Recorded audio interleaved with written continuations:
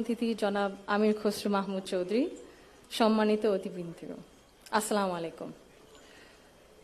শুরুতে আমি আন্তরিক ধন্যবাদ জানাই আয়োজকদের, যারা আজকের এই সুন্দর আয়োজনটি করেছেন, যেখানে আমরা সবাই আমাদের ভিন্ন ভিন্ন মত, পথ ও অবস্থান প্রকাশ করার সুযোগ পাচ্ছি। আজ আমরা যারা এখানে উপস্থিত, আমরা সবাই একরকম নয়। আমাদের আদর্শ আলাদা, অভিজ্ঞতা আলাদা, দৃষ্টিভঙ্গিও আলাদা, কিন্তু তারপরেও আমরা একসাথে বসেছি, আলোচনা করছি, কারণ আমরা সবাই দেশের জন্য, দেশের মানুষের জন্য ভাবছি। আর এই ভিন্নতা নিয়ে একসাথে কথা বলছি, একের পর এক শুনছি, এটাই গণতন্ত্রের আসল সৌন্দর্য। আমার আগে যারা সম্মানিত প্যানেলিস্টরা কথা বলেছেন, তাদের সবাইকে আন্তরিক ধন্যবাদ জানাই।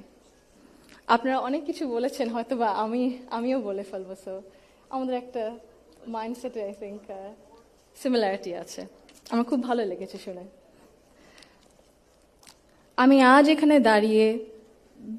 দাঁড়িয়েছি ভিন্ন এক অনুভূতি ও আবেগ নিয়ে। বাংলাদেশের এই পলিসি লেভেলটায় আমার প্রথম বক্তব্য এটা। আমি এমন কেউ নয় যার কাছে সব প্রশ্নের উত্তর আছে বা সব সমস্যার সমাধান জানা আছে।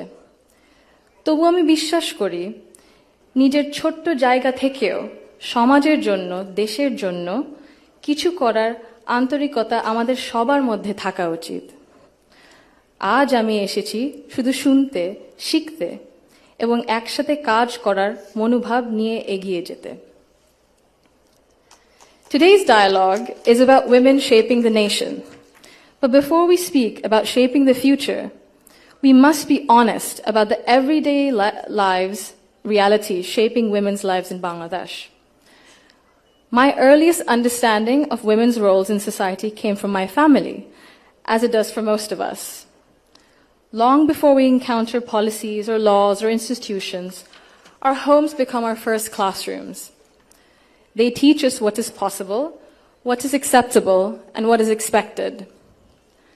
In my home, certain things were never questioned.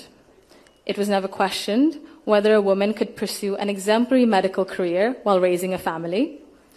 It was never questioned whether a woman could build a nationwide social welfare organization on her own merit. It was never questioned whether a woman was fit to lead, to command authority in a room full of men. And it was never questioned whether the men in our lives would stand alongside the women in their lives as equals. My mother continued to excel professionally as a cardiologist in government hospitals, often in patriarchal settings, because she had encouragement and support at home to balance both career and family. In 1979, my Nanu, Saida Iqbal Mand Banu, began using her own home to open a free elementary school for vulnerable and disadvantaged children. What began as a personal act of care grew into one of the earliest NGOs in Bangladesh, Shurubhi, creating meaningful and lasting change in young people's lives. The belief that women's dignity must be recognized both privately and publicly was also reflected in my grandparents' lives and leadership beyond our family. My grandfather, President Zia Rahman, understood that development was incomplete if women were excluded. He saw women as capable contributors at home, at work, and in public life. And that belief carried into the choices he made as a leader. Under his leadership, the expansion of the garment sector meant millions of women entered formal work for the first time, gaining independence and income. The creation, then, of the Ministry of Women's Affairs reflected a conviction that improving the lives of women and girls required intention and structure. These were not just policy decisions, but they were an extension of the values that he lived by personally. That foundation was carried forward by my grandmother, Begum Khaleda Zia, who understood the transformative power of education that gave women voice, choice, and confidence. Under her leadership, girls' education was treated as a right, not a privilege. Free secondary schooling, alongside programs such as Food for Education, Cash for Education, helped to keep millions of girls in schools and change the course of families across the country. Her Female Secondary School Assistance Project achieved gender parity for the first time in secondary education and became a model replicated beyond Bangladesh. আমি যদি একটু সময় নিয়ে actually একটা ঘটনা মনে এসেছে দাদুর ব্যাপারে এটা বলতে বলতে দাদু যখন আমাদের সাথে লন্ডনে ছিলেন গত বছর প্রথমের দিকে উনি যখন এসেছিলেন তখন হাসপাতালে ছিলেন কিছু চিকিৎসার জন্য ওখানে বিভিন্ন দেশ থেকে নার্স ছিল ডাক্তার ছিলেন এবং একটি নার্স ছিলেন নাইজেরিয়া ওয়েস্ট আফ্রিকাতে আম্মা আব্বা একদিন দাদুকে সকাল সকাল দেখতে গেছিল তো নার্স তারপরে বললেছে যে ও আমি তো আপনার মাকে চিনেছি আম্মু আব্বু বলল কিভাবে আপনার মাই প্রথম ইলেক্টেড প্রাইম মিনিস্টার বাংলাদেশের না আম্মু আব্বু তো অবাক হ্যাঁ আপনি কিভাবে জানেন তো নার্স তারপরে বললো যে আপনাদের যে উনি যে এত কিছু করেছেন এই মেয়েদের শিক্ষার জন্য specially primary education food for education cash for education এগুলো আমাদের সরকার ওই 35-30 বছর আগে দেখে ইমপ্লিমেন্ট করেছিল আর ওই কারণে লক্ষ লক্ষ মেয়েরা গ্রাম অঞ্চলে ওদের দেশে গ্রাম অঞ্চলে বিভিন্ন জায়গায় সদরে এখনো শিক্ষা পাচ্ছে অন্তত প্রাইমারি এডুকেশন লেভেলে সো ভাবলাম একটু শেয়ার যদি করি এখানেই করবো আপনাদের সাথে জি She also understood that education alone was not enough if women were not supported to remain in public and economic life. Supporting women to access credit, build livelihoods, and grow small businesses mattered. So did recognizing the realities of motherhood, of childcare, and that required systems being strengthened around maternity leave and childcare, which she did. That is because women were made to choose between family and participation in the economy. For me, these legacies show the values that I saw both reflected at home and in public. I was privileged to grow up surrounded by exceptional women, confident, capable, and accomplished. I was equally fortunate to have male role models, including my father and my grandfather, who valued those women and never felt threatened by their strength or ambition. In fact, the four most important people in my father's life, in my opinion, have been women for decades. And he has treated them with deep respect and reverence, not as an exception, but as the norm.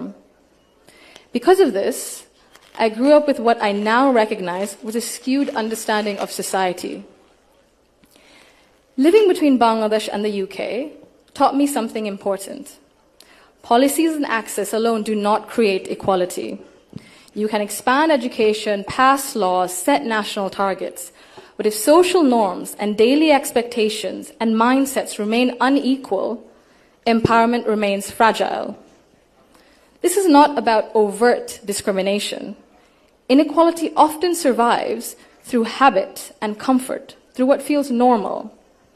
In Bangladesh, women still perform around 85% of unpaid household and care work, spending over 7 times as many hours as men on this labor each day. This work is valued at 19% of our GDP and remains largely invisible in economic planning and national decision-making. This makes something very clear. Gender equality is not a women's issue, it is an economic and national issue.